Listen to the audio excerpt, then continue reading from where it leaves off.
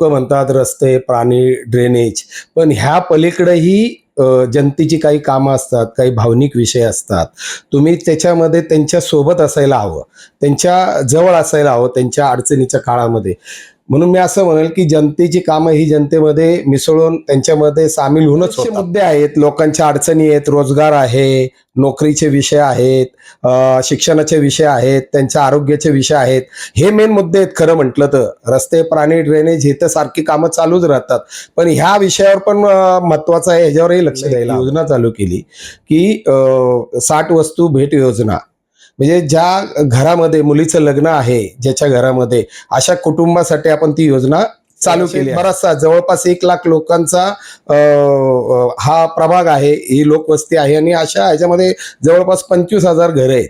आणि आज तागायत ह्या योजनेचा 100 ते 125 लोकांनी लाभ घेतला आहे.